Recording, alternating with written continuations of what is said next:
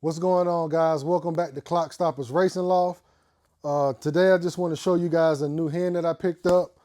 This hen I got from Carl Louisi of the FVC club. This bird is FVC 569. I'm sorry, 567. And this is a 2019 bird.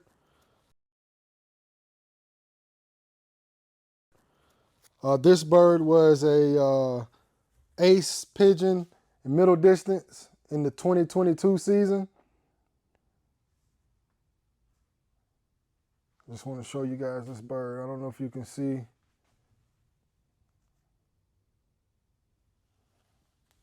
Very nice hen.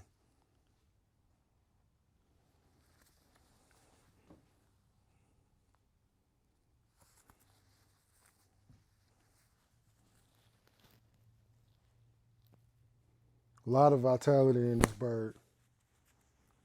She loves to fight too. She don't want to be held. But yeah, guys, I just wanted to give you guys a good look at this bird. Thank y'all for tuning in.